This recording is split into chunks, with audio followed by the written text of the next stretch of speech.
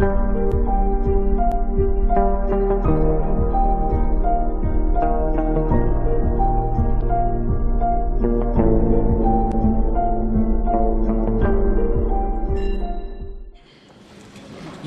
fakin rose, lalpa fakin rose. Dia tu kan siapa ni?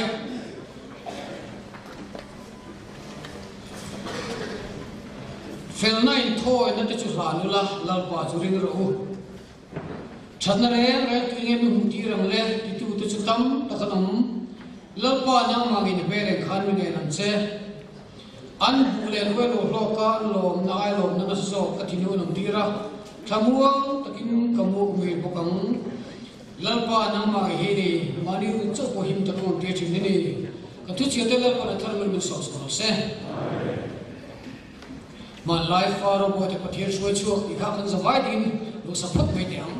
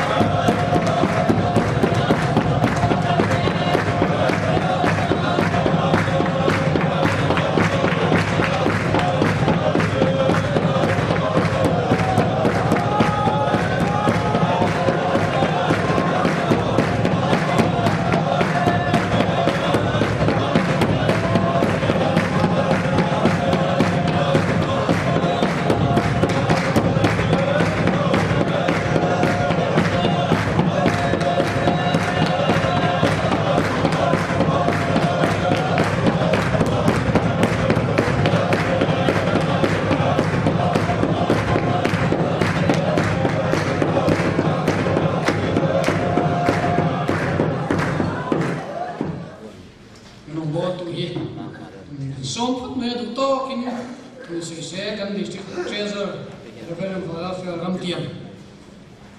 Som dona an ko sa som so telapan mun mi som so se. Eli suami ko so.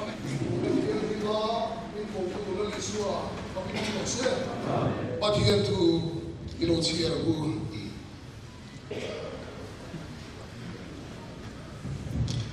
Lazani na pathian tu kan chiar tu chu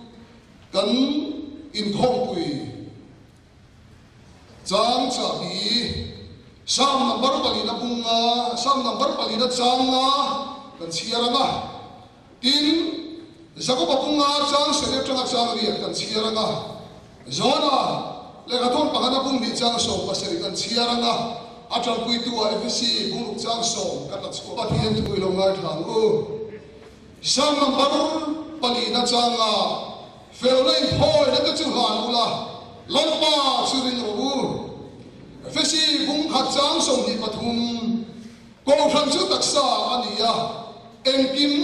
enkima ikhatu fam kin na chu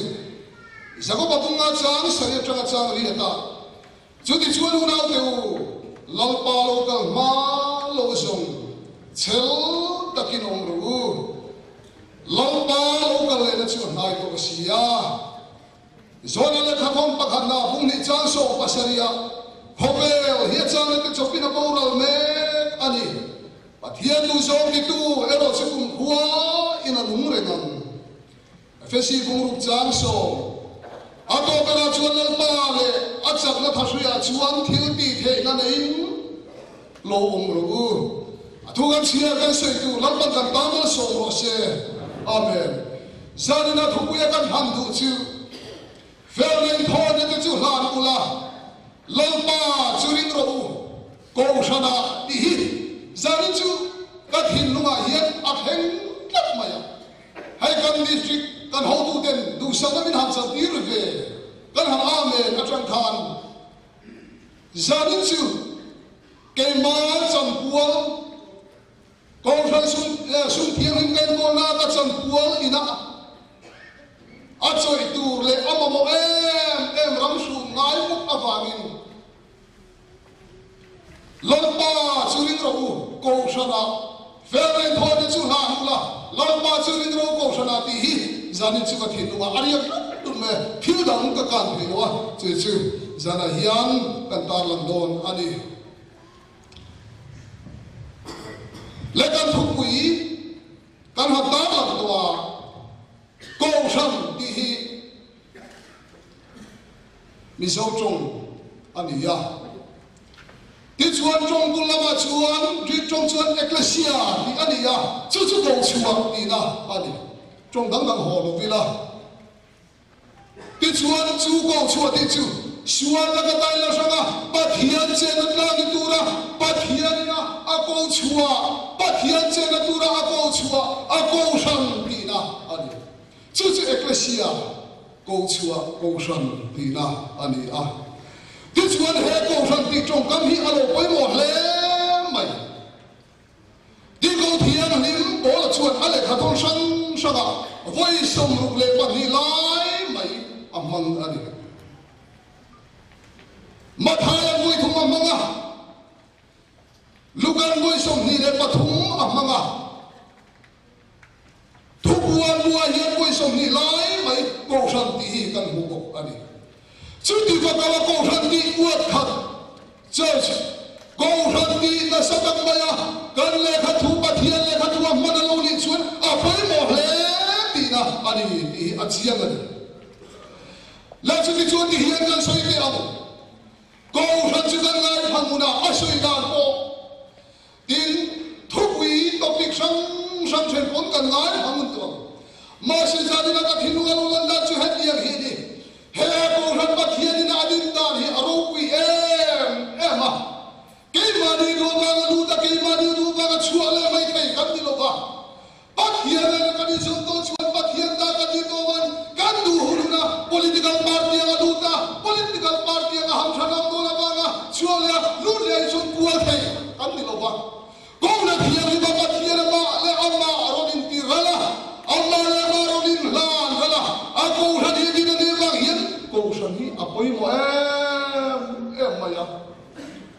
thiam lima asa om em ani hi chu ti chuan he ko hana din da a hi he kan in khom puya pathia thu cha min shil tu ma saberi atana to a chu na chuan ma tha tu so ma ru chang so paria ka chuan he lung wi chu ngai ka ko han da rem cho bang mi thi khong kul khong tha ke chu chu angam lo bang lung wi Isua Krista he lung wi ke ma hian ka ko san ho ka rem cho bang atia chu na chuan he ko san a rem cho na tu ra o pathian thuru mu thei mai si lo he ka tanga zo le lian ni sai ka huna tanga lo puan loin mun so hi aro wi ka tiem ya Exodus guru chang ka chuan na sa tanga mai ku chin ban phari ka la nam se wati ya chu Exodus guru chang ka chuan na sa tanga mai ku chin ban phari ka la nam se wati kha chan chin chan ka ya bu som ni pathum chang som thum pathum ma chuan ban pharin kho sa khen be alo ni a min lo tlan na tur kal kom thui sia ka ngai tu khan ko san hi kan nom ma ka ta na de tu hun lo chua da tu ani lo ba pathian kan kom chin na tu mun ani ba hian Exodus pur chang ka asuk kha chan chin chan ka sia bu som ni pathum chang som thum pathum ma khan ani chuan ban pharin mi lo tlana Eloi, Eloi, lama sabachthani. Apathian na kha mishin na kha apathian na kha awa. Kapathian na na mikal sam. Eloi, Eloi, lama sabachthani. Kapathian na ge mikal sam. Thosa ani chuan alo pharta a. He thulung bhadlo san adin na tura. An chan thui tak mai. Avaril de ul em. Isai musari chang so palia chuan Indan la thiang lim indan su chia na ka chong la thiang lim pa kha ta ya ma fa pa ashinga amina Emmanuel sam ti kan huwa isa tu sari cha so palia nu la thiang lim ma na fa pa ashinga amina Emmanuel sam ti kha chan chin cha ma thai sia bum khat kan chira chan so pa so ko kan chira ani du wang la ta ani huwa wang la takin abial pa Joseph pa chuan Isuda da na tu than tu te si ga apa khat aru katlam than ti lowa ba san atuba ma se pathian va ti ko chuan ba san no turin pom turin asida chang so ni patuma chuan Emmanuel kha amina asa juda chuan khatia arai kha ahun bi alo heze kha isa tu se chang so palia amina Emmanuel asa ti kha chan chin cha du sia bung ni chang so ni pakata chula mare van ni goin amina saksa kha amina Isua kha amasata ani chu ba thian min la li so kristani lawa fakin ong los chu kan ba thian min chu kan chiam to firu ma se kan ba thian du na kai mani kan oma amma ta na ha kan thil na ho be su na kan so na atana kim man ki ba ke mani kan lam na hian pathian du zong kan se zo lo cha gi atam em sina o pathian ni na kan kom ko sa din na tu ra nun chedaro siu na hi avaril te lule zona kom khakan chiara chang khata chuan atirin thu au thu chu pathian ni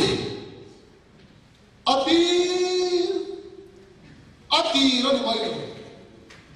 atirin thu au abung mai setan mi zo cho ga chu atir ti chu Common word aniya atir tihian ami zo cho mom sia chuan emare na mai thuama thu chu ba thian na thu chu ba thian ni tina aniya this one emma dia thu ba thian na thu ba thian na zo na ko cha so ba li kan sia kha thu chu kan si na hu the ni ke sa na lo chang ta aniya thu kan si na hu the lo ta ni sa lo chang chu tu da na lo ni isa tu sa cha so ba li ni sa tu ra kha lu ka bong ni cha so ni ba min sa ta kha ke ma ni si na hu the lo ta chu zo na ko cha so ba li a min sak alo ni ta ti na ani chi chu chu kan pathian ani bang thu hum fa te kan van nei ani ti chuan apostol te ko than ni se ko than lo din chou se la pathian thu alo then se la ko than din dur thu so yang khan ko than lo dinga ti chuan an kala an kal chuaka ram chan chin chan shila ko than an din se ani pathian thu bang zil ti ka chuan wala puar an puara no chuan to ka iswa hinga bang a thu bang ni te panan lawa ma se ti ni chu pathian thu bang ni ho ai chu mi ho mo te po hi tun hu la yak kan tok to mai hi imo zil ti ni ka chu pathian thu an huai se na ka le pathian hara na thu ma bang khan an cham chin shile an ma ni po pathian thu bang khan mi ten pathian lian ni ti an shia an lao an chan chin cha chu a kan dar se na ti chu na pung se la ko shan ho alo pian se la o chu ti agin ko shan tan a ko shan an phun na thi to pa kian pe na ma an ri chan chan chin kan shia tan an lu ma ka ta so ta edi sa lu lian del chuan apostol pathian pakhat thul hung dik la ken tu ni ka an lu mo ran so to ba chuan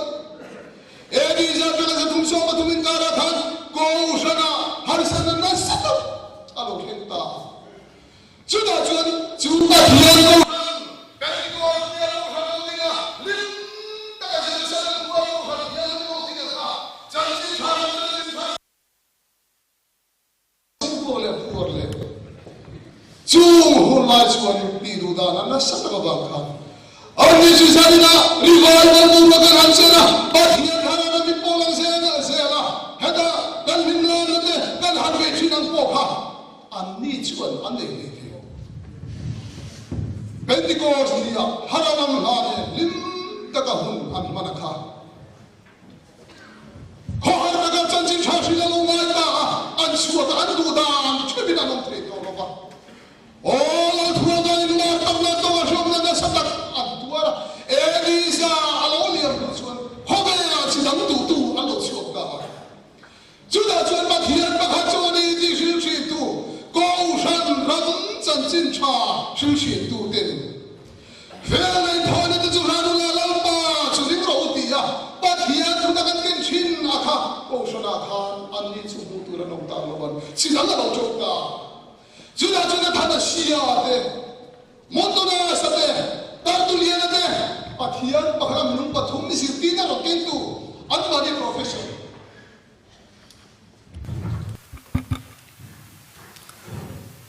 athana siate montona sate tartulian te ho an mari professor mi thiam rual tak mai kha an lo chuak ta chuan kha ta liama midang na lo thak an lo thak zel al zir tir na kha anu ring ta chu chu chan chen tha ma tha je bu som ni pariat chang som pakwa kanen chuan pa le fa pa le tharau thiang lim mi ga chuan bapti sula thu ka pek jong jong cheu pom tu ren zir tiru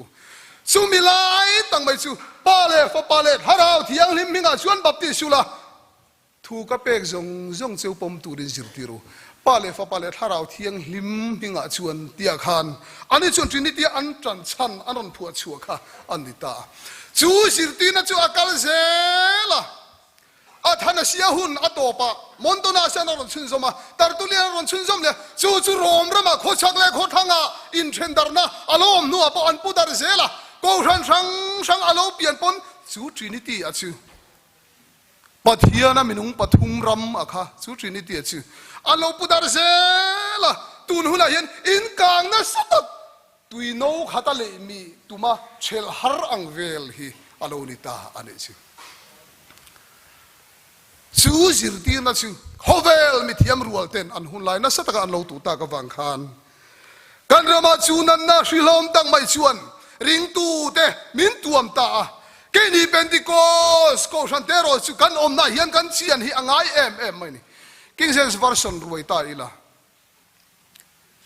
juda chuan trinitarian zirtir tu tena an han lak chu tak mai hi pale fa pale tharau thial hi minga chuan baptist sulati tak mai hi baptizing them in the name of the Father and of the Son and of the Holy Ghost pale fa pale tharau thial hi minga chuan baptist sula baptizing them in the name of the Father and of the Son and of the Holy Ghost. Hey hi mithiam apiang kom ula chan ngai nan shelo reng ti hian ka soidu kan rina fu siala trinity aom lo siala adik lo sia ti hian ka soidu baptizing them in the name of the Father and of the Son and of the Holy Ghost. Pale for pale harau thialim Father, Son, Holy Ghost ma hian name hi singular number ania third person mi pakat chan si soina nia plural number separate person mi sang thau ni sela chu names amang nge turani grammatically amang turani top me ma se grammatically chuan Father, Son, Holy Ghost ma of the adana chan chu possessive case ani chuwa chuan grammar chuan grammatically chuan Father, Son, Holy Ghost ma of the adana chan chu possessive case ani chuwa chuan mi thiama pian ka ti ti pui hian tan ngai na an shelo ani chuwa chuan nang ni po kan thalai rol mi thiam teu ti chuan han ti ti pui ve teu pale fa pale harau thial hi minga chuan baptist sula thu ka pek zong zong cheu pom turin sir ti ro ti lai hian soi pui teu le kha thiam rol chun hial na turang shelo grammar chun adik grammar dan chun adik separate person ni sela chu in the names atianga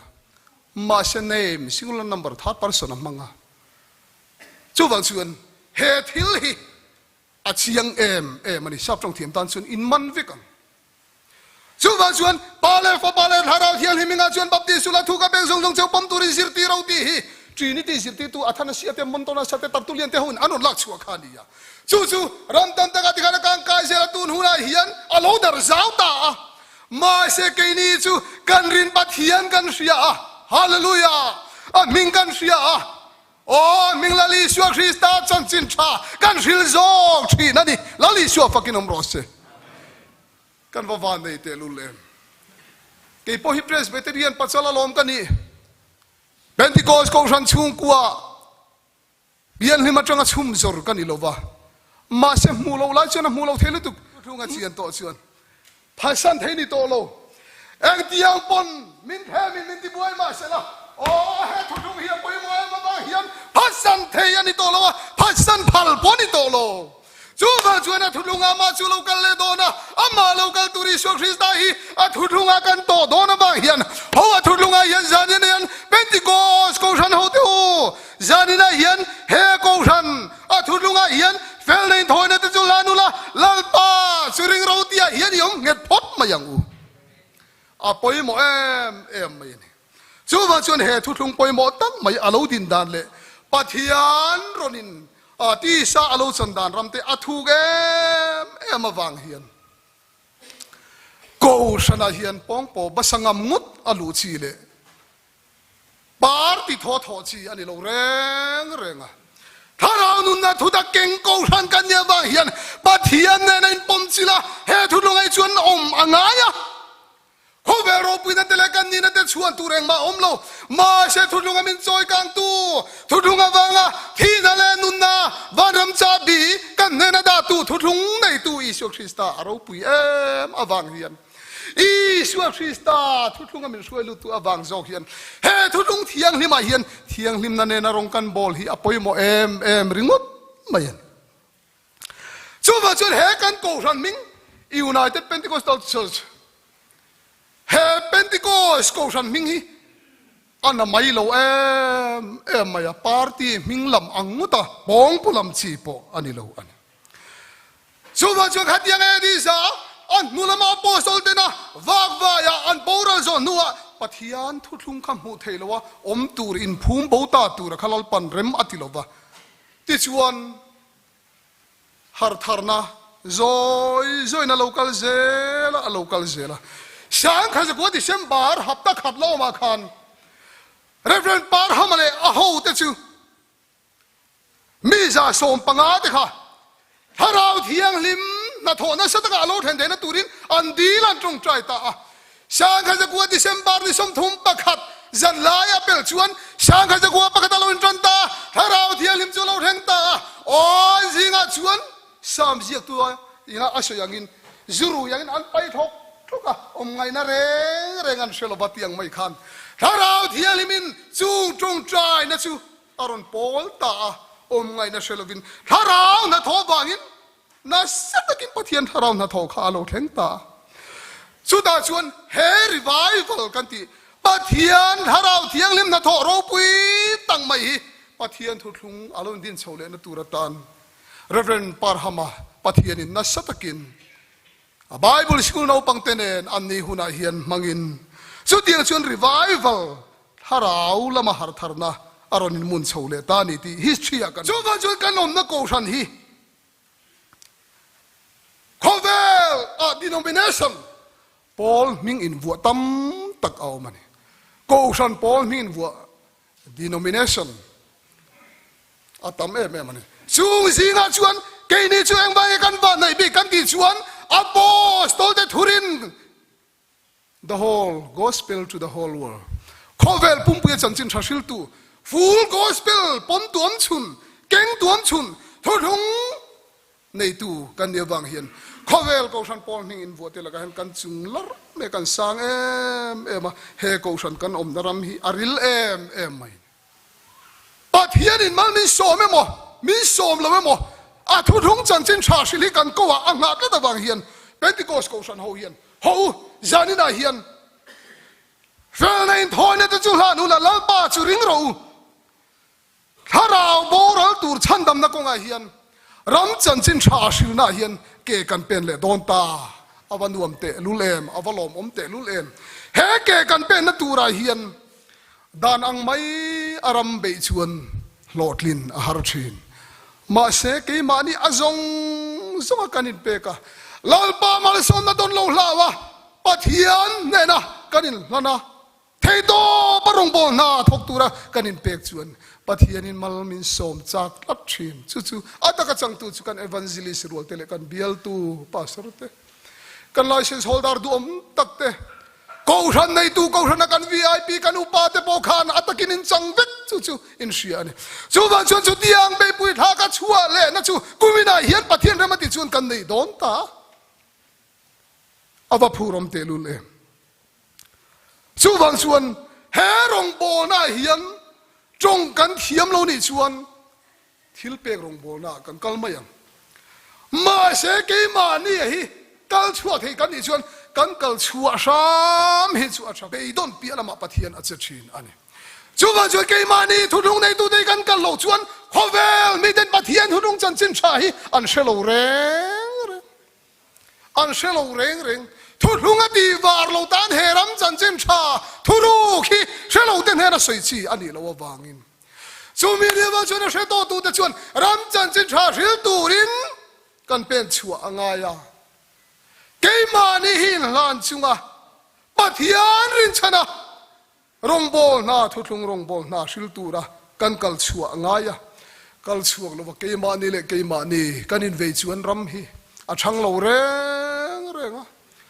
อาเจียงตัวสุดตัวมาชิลง่ายเราหนังเล็กกันนี่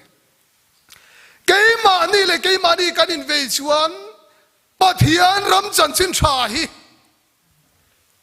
ชิลง่ายนะอมโลบะเกมานี่เลยเกมานี่ชะโตซาตานง่ายโลบะอาลาเชลโอเตเนนักขันจัดวันนุนนะอันในนัตูรินทีนั่นแหละนุนนักขันก็ว่าปัทยานี่นับปลายนามินทอดีน่าเฮียนอ่างาเชลตูรินนังเล็กหิมินรัวตาวันชวนกัลชัวเฮียนโอ้เฮรงโบนาอาเฮียนกูชันโฮเทนตีตูร์นะสัตกันเนี่ย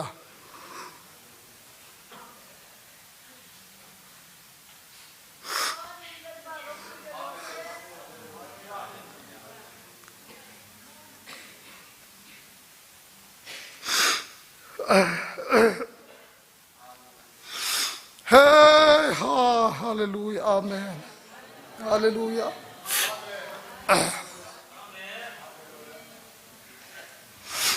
ฮาเลลูยาอาเมนเฮ้ฮาเลลูยาอาเมนฮาเลลูยาอาเมนฮาเลลูยาฮาเลลูยาอาเมนฮาเลลูยาอาเมนฮาเลลูยาเราปุยรอละลินซูเฮ้ฮาเลลูยา amen, hallelujah, amen, hallelujah. Kan vangai kan thala hilal batang mangila chanchin tharong bol nani mang thar zelang u. O khovel hirai lo te na larang. Ma se pathian tu jo ti tu ro chu kar khan mane loin kum khuai na nena kanom reng dona ni chu. Lalpa fakinom rose. Chu wa chu kan vangai ni hirai don lo. Lo bet parang na chuai le mayanga ral ni anai le phinang. Kan ke jung puin ahoi na lama piang tak taka kan pe na kan kalang hi na kinachuan kan ni to don lo ba.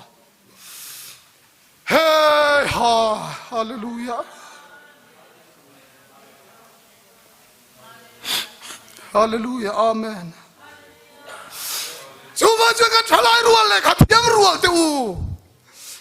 O khobe ro puin na lo thiranga pat hian na ni zom na le inin pom chul na hi lo ti bo palang ti ka hlaw em mai ni. He du lu chan chin tha hi ke ni lo sil tu dang an om lo awang hian. O ka naw lo chuan lung te tao lao chuak don ani. Chuwa chuan nang le ke hi apalai na thok tu kan ni awang hian. Zani da hian rong bo turin tharau bo ral seng khom turin in ruam man deu dewang u. Hey ha hallelujah amen hallelujah. Lalparo puirose. Pathian ma thoko han hoi hian na sa ti lo thei se rose. Oh he khom pui chunga hian kan tu tong lo he ai na sa hi. Ke mani mun kan ho huna bo lo thei rose. Kan pui thiam rual te oi tur cho mem ma te te phin kha. Hey ai na sa hian pek tur nang mania lo thei se rose. O kan mi pui te pathian na to na sa takin lo thei se la. Tharau thiang ni ma ka chu na rong bol na I thong na sa deu te wangu. Hey hallelujah amen hallelujah. Hey hallelujah amen hallelujah.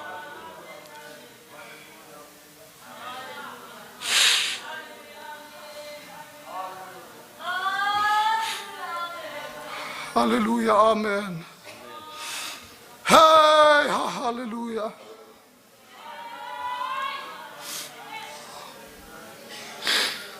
Hey hallelujah hallelujah.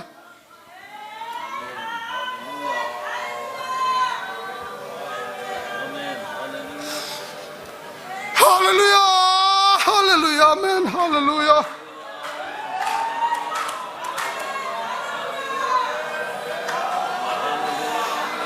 Hey hallelujah hallelujah hallelujah amen hallelujah amen hallelujah hallelujah.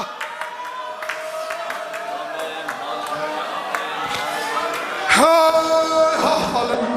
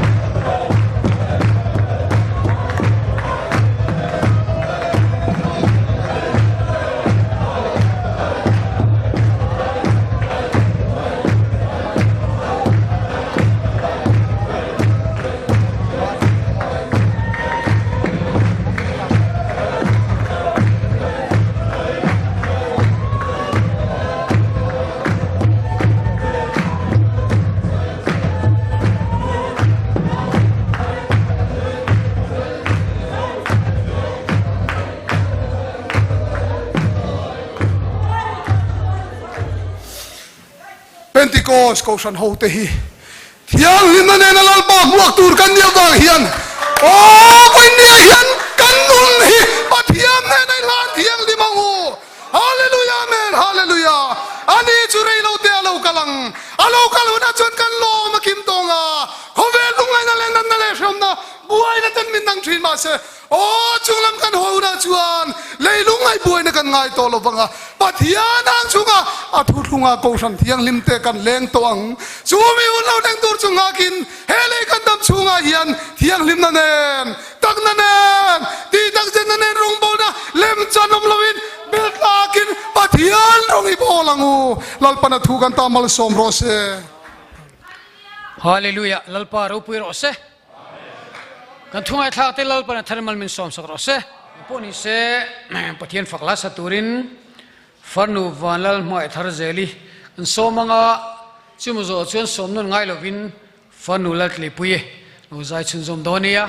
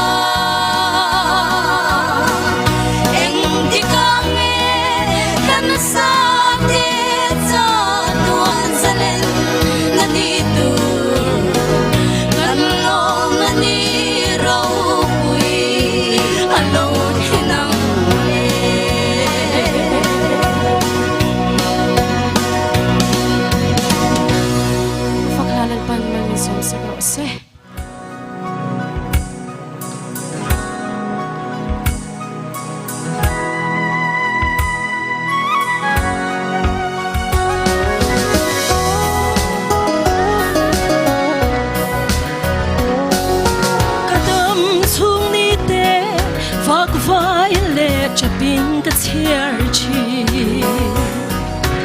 ma ngai tu nem tu ka musilo man le kho haring hun le ni te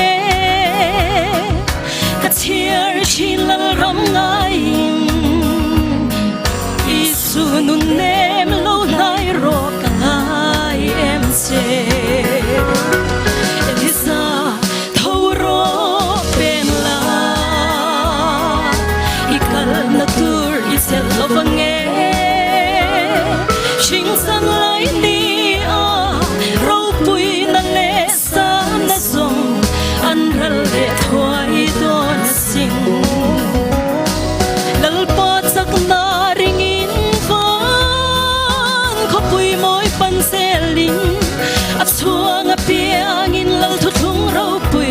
Choang sel mai o rin na khai in kaleng ve lung min len nge ke sung nat na le boy na chum o asing to long karam lun khopui aswa angai reng hian khai ni kaleng le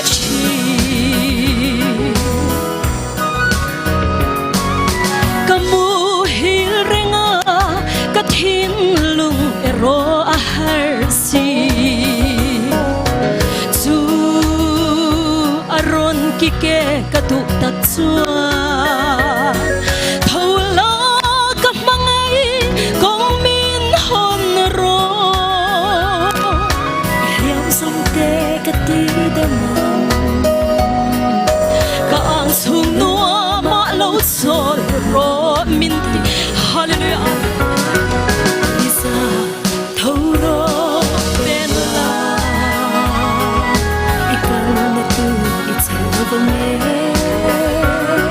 she's alive ro pui na le sa na so an ral le thwa hallelujah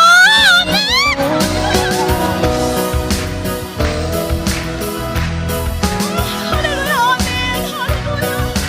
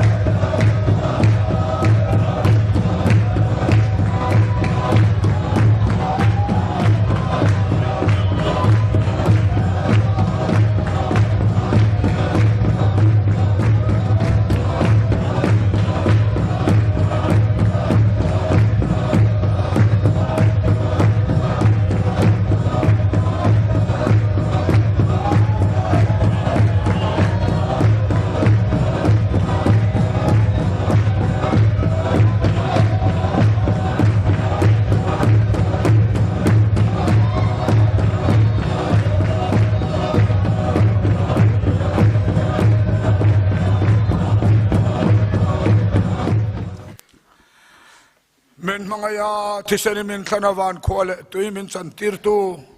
kalal pa Iso Krista na chan ro pina choi bo thar om selang jana helai mu local khom zong te na hian in mga te endrem te tharau thiang nim kai ron tak mai chu lali Iso Krista min thar om zel ro se amen.